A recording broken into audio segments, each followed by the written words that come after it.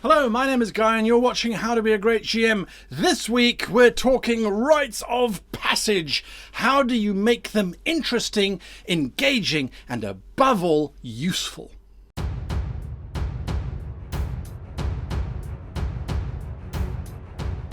Some of you might have noticed that we've changed up the format a little bit on how we run these things.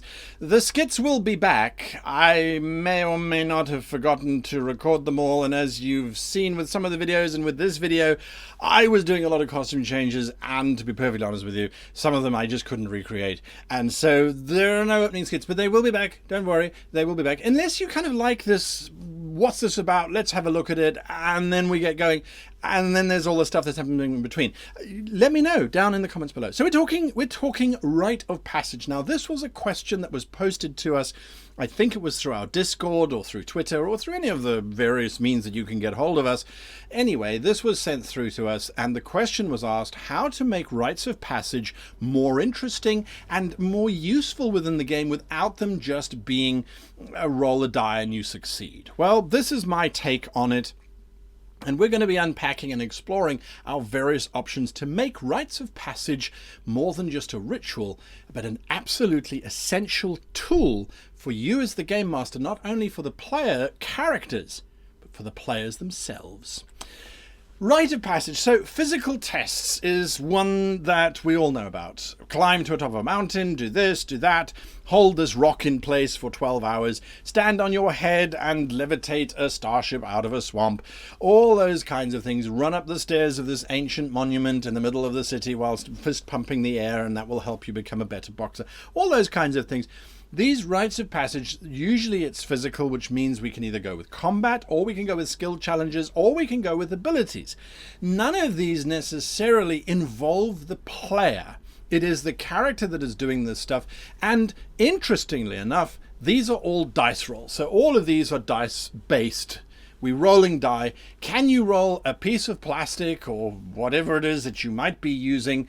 Can you roll that and get a number higher than the number that I have made up in my head because it's a ritual that I created? Is that necessarily engaging? No, it isn't. There are some options, though, that we have to make them more interesting. I'll worship the cheesemakers, for they are the ones who will lead us to peace. When we look at physical examples of rituals that must be performed, those can range from quite literally ritualistic combat. We see this many times, for example, where the outcome is determined by those who can slaughter more than those who cannot. Ritualistic combat, whether the outcome is deadly or not, can always be entertaining, but after a while it can become dull. There are many ways in which one can improve this combat situation, progressive waves of stronger and stronger enemies until eventually one enemy is so strong that it overpowers the character. What's the lesson? The lesson is that we will always be facing adversaries tougher than ourselves, and it is not in how we overcome them, but how we handle being overcome by them that defines who we are and would thus then complete the rite.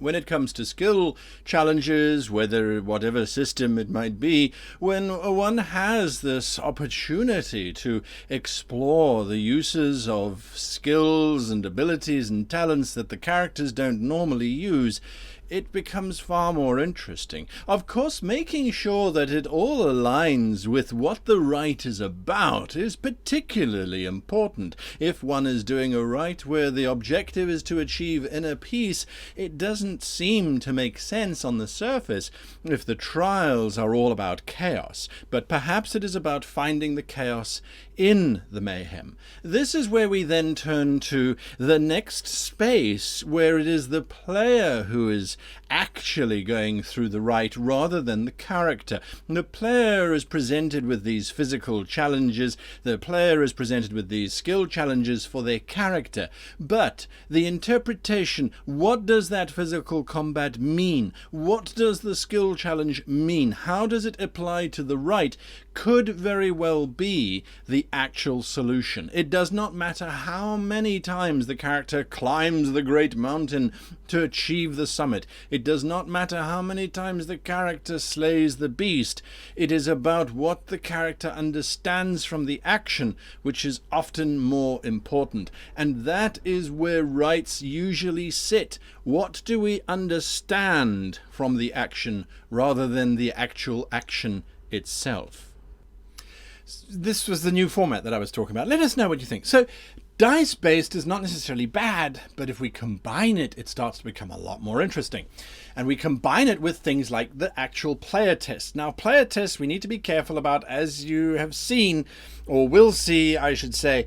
It becomes a challenge when we start to test the players. However, if you are giving the players snippets of information as they are journeying on this quest, or if you drop monoliths around that have got strange and wonderful inscriptions on them, bear in mind that if the rite of passage, if this ceremony, this sacrifice, this ritual that you're going through for the characters, if the players have to answer, if they have to work out the final answer, if it's what is the average airspeed of a swallow carrying a coconut from Africa to Europe, those kinds of questions, the player is actually answering. So these become metagame, and metagame is not necessarily bad, and I've done some videos on why it isn't bad, but it does get to the point where it can become very bad in this case, because suddenly it's the player who is now on the right in the ritual, and it is not the character. And we need to make sure that there is a clear differentiator. Why? Well, there are many times where we would want to give a riddle in real life. We have found this great riddle: what is dark is light, comes at once and leaves at once, is never seen but is always. We love riddles, but riddles are very frustrating to players who don't like riddles. I don't like riddles. The idea of a riddle is something that you are now stepping away from the meta. You are now saying this is you who is on trial, you the player. We don't want that. We want a combination of the player seeing the act, seeing the process of the ritual in place, combat, skill challenges, those kinds of things, and we want them to understand where it comes from. Now, this also is an opportunity to include the lore of the world and get an understanding. Does the character truly embody that which it means to be a Templar, a Jedi, whatever your rite might be? So the idea of riddles as a way of testing whether the character understands or not is, in my opinion, a very poor choice to go. Give a question around a holy text. Give a question around a handout that you have given to the player at the beginning of the rite. Give them all of the tools they need in order to be able to solve it, if you are going to step away from a dice resolution mechanic and rather go with the actual player solving it. It can be frustrating. Be prepared to provide them with solutions and answers. Never be afraid to add in an NPC who is on the same quest or on a different rite of passage, who they happen to stumble across in their dire need. Perhaps it is the priest who is sitting outside of the complex, outside of the rite grounds, and when the PC fails and is returned to them, they quietly provide them with advice. Don't ever let your PCs become an irritation for your players. The PCs are doing their thing and they are a collection of statistics. The players are trying to succeed. They want to do this cool thing. They want to achieve the right. Don't prevent that from happening because the players are incapable of solving it. Their PCs should be solving it. Make a way in which the PC becomes a conduit through which the player can solve it, and the player will feel as if they have done it, even though it has been a guided process using the values, the dice, as well as the PC's almost meta-knowledge that they are gathering.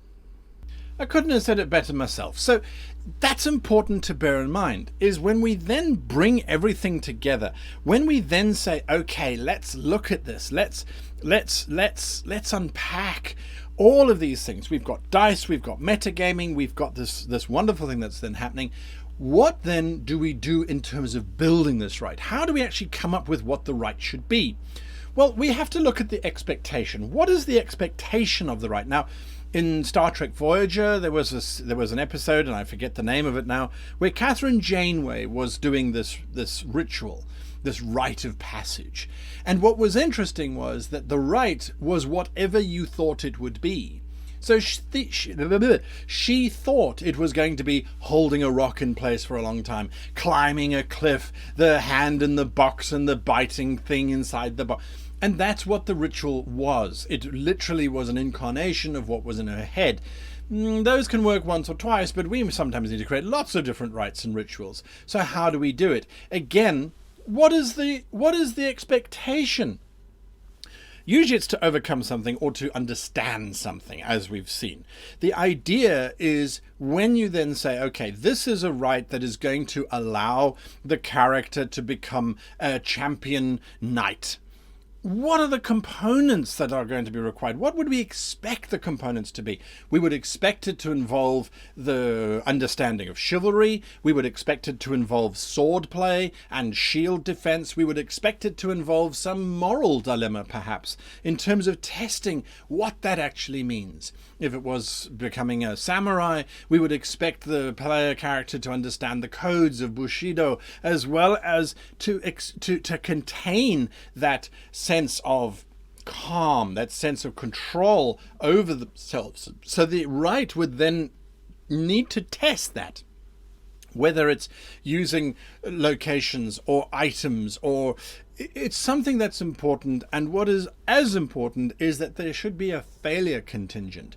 If the PCs fail, I will never forget, I had a brand new player who was new to the game and was new to Star Wars, and we were playing in the Star Wars universe, and I had this character as a Padawan. And the Padawan was supposed to go on this rite whereby they were put into this large arena, and there were these crystals of different colors. Some were red, some were blue.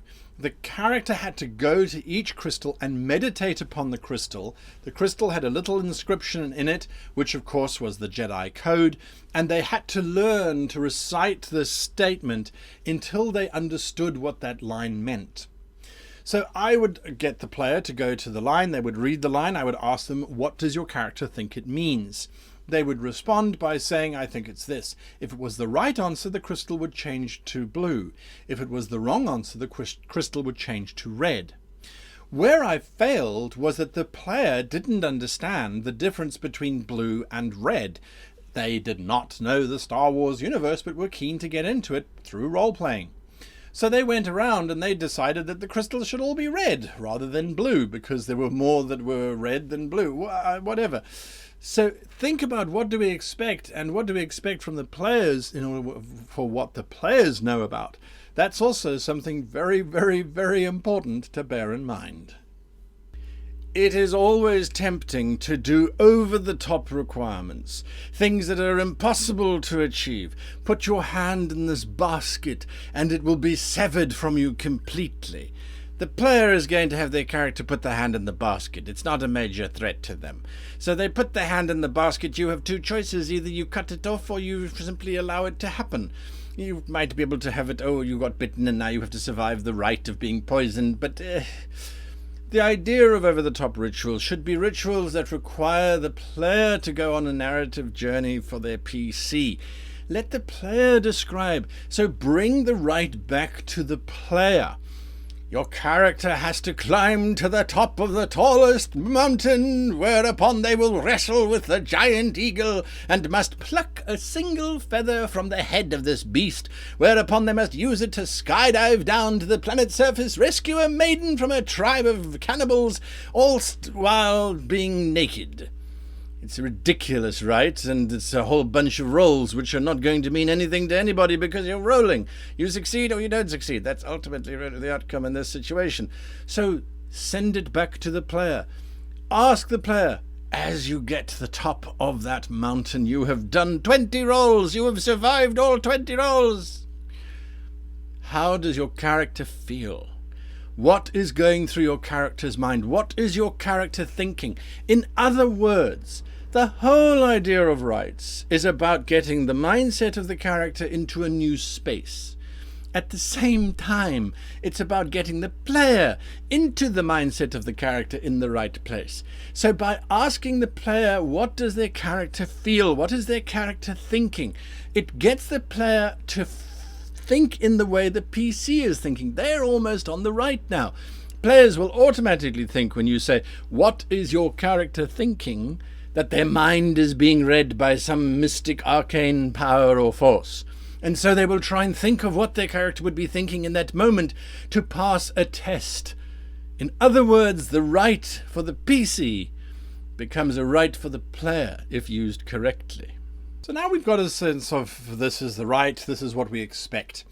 When we combine everything together, we start to understand that there really is just this wonderful opportunity ahead of us, and that we shouldn't worry about the players not necessarily understanding, because we are educating the player in our world and in the rite that they are participating in, and we always have NPCs who can wander around and give some advice and some information that would be of value or of use to the actual players and to their characters.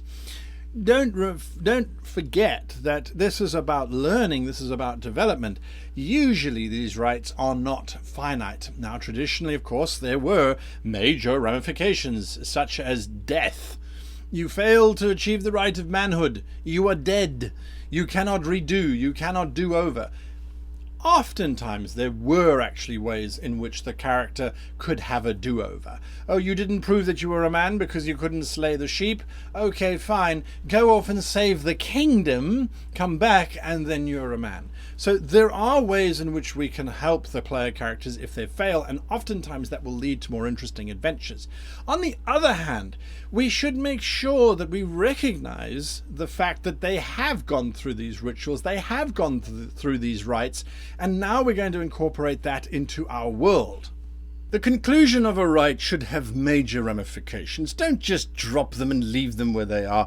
That's not very fun. So what are the ramifications? Give them a hero title, give them an honored, give them a symbol, a brand, a tattoo, a horn that grows out of the side of their face. Whatever it might be, give them something of value that they can look upon and that is recognized. And this is the important thing, whether it's a rite of passage or a title or a rank.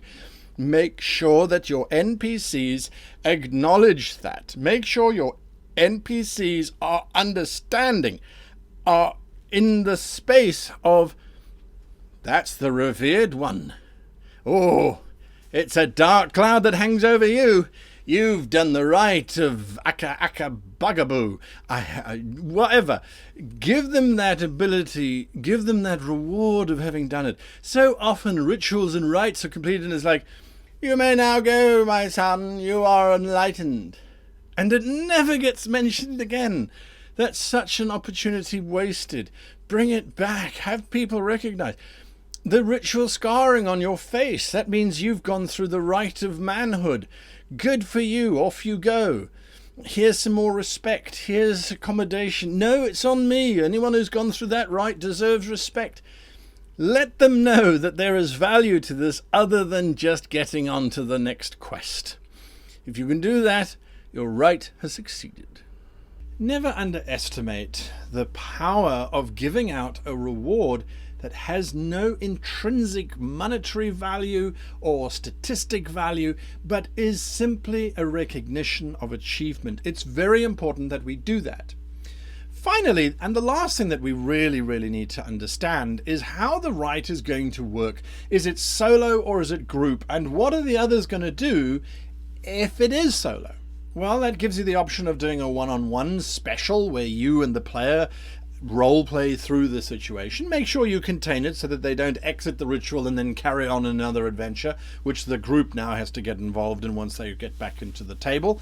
Don't do that. Rather, have a little one-on-one where it is just going through that rite.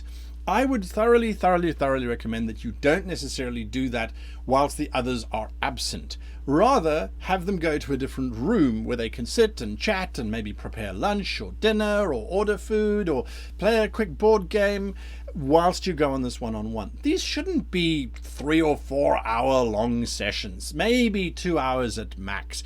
If you're going to run to that length, if you've plotted out this very complicated rite, and then definitely have a one-on-one session where the rest of your players are at home enjoying life. Do that. On the other hand, if it is a rite that allows for group interactivity, again, that's just bonding, that's now spreading the education to all of the players rather than just to the single player, so there's real value in that. Of course, the solo has a value of being, it's a solo experience, and then the other characters hopefully will engage and ask, so what did you do? It's important that we bear in mind that we are wanting to enable role-playing at all opportunities, not disable it. The group, again, if they are going through this rite and they succeed, there is a bonding experience. There's that common experience of, do you remember when we went on that crazy rite and we had to form a human tower to get over the wall, and we did this and we did... Those rites can become very valuable in terms of building those bonds between the characters. Really, really, really useful for role-playing perspectives. Of course, a character on their own is going to take away a lot more from that rite if they succeed. It's now an individual achievement and something that is of particular value to your player and to the characters that go with it. So these are some options that we have in terms of just how to handle these rites. So Rites of Passage can be a really strong tool to add to your game, where it's about changing the player's mentality of their character.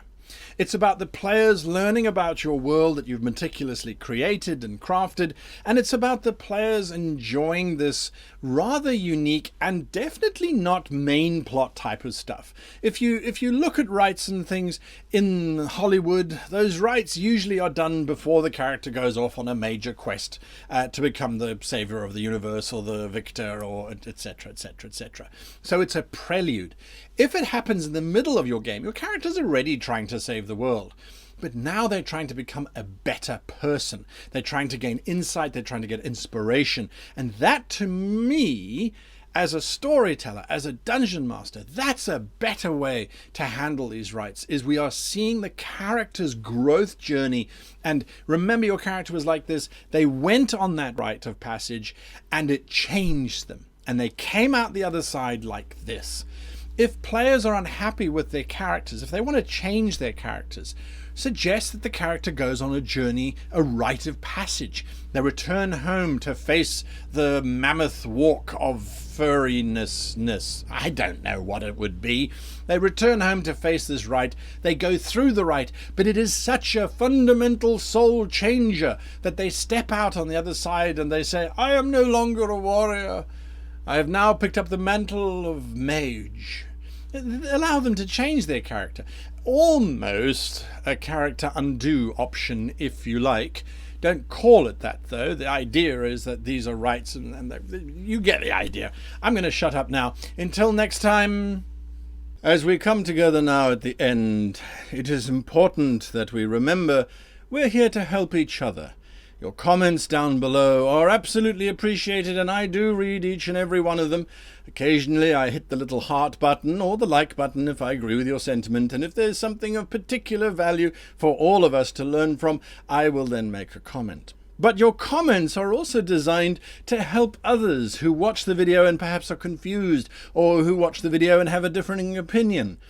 By letting your comments speak, by including comments that are constructive for all of us, that will enhance our community. And what is our goal at this channel? It's all about making sure we all have better times during roleplay. So your comments below, let's share our insights, our worries and our concerns around these topics in a manner that allows others to learn from us and to adapt and to grow and to have fun.